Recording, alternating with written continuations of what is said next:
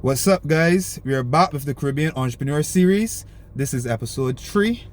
We are going to be talking about advisors and mentors.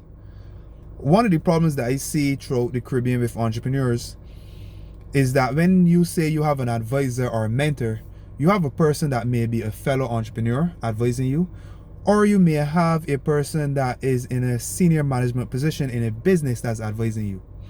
However, none of them have industry knowledge for the industry your startup is within.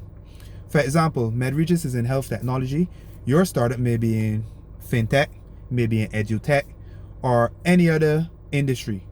And you have advisors that may be entrepreneurs. You have advisors that may be senior management in a major business, but they don't truly understand your industry. So the advice that they give you is mostly generalized, which is not a bad thing. But when you're looking to create a startup that is going to create serious growth, that's going to create serious impact, that's going to be innovative, you need someone that is advising you or mentoring you that understands that industry. Because when you think about it, there are 3 important things to create an innovative startup.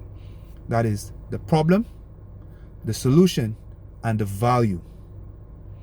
If you have someone that doesn't understand your industry, they may be able to give you generalized responses on all 3 of those things, but it will not be tailored for what you're trying to achieve.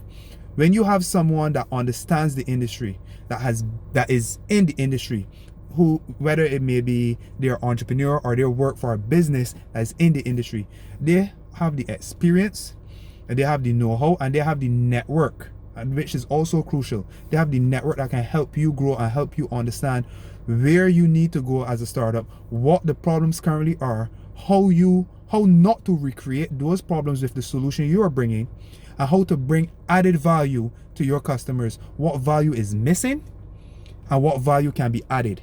And once you have an industry expert on your side, they can give you all of this instead of just generalized information. Again, the generalized information is not bad, but if you truly want to be innovative, you need that extra information. You need that information that you will not generally get from the average person, that can help you make decisions, that can help you grow your company. When I first started off with MedRegis, I had limited understanding of health technology. I will admit that. But the first thing I did, I said, you know what, I need to get an industry expert on my side. So I utilized LinkedIn. And on LinkedIn, what I did, I followed the major health technology groups, especially the ones that were focused on electronic health records. And instead of going in these groups and asking for help, I started to create posts around the topics that I needed to know about. And most of these posts became the most valued posts within these groups. The posts that had the most comments within these groups, the posts that created the most activity within these groups. Some of them were top posts within these groups. So it created interest I created interest in what I'm doing on these posts. So it allowed persons that wanted to align with what I am doing to reach out. And in doing this, 2 persons who are health technology experts, they reached out to me, and one of them mentored me for 2 years from that point, and one is still my mentor up to this day. Well, mentor/advisor up to this day. Both of them have been fundamental in my growth, because I had an understanding of what I wanted to do and where I wanted MedRegis to reach. But by having those 2 guys as my advisors/mentors, it allowed me to see the path I'm going down is going to recreate a problem that is constant with electronic health records in the US, and that is poor usability and workflow. Those are the areas that I needed to focus on, and I wasn't really looking at that.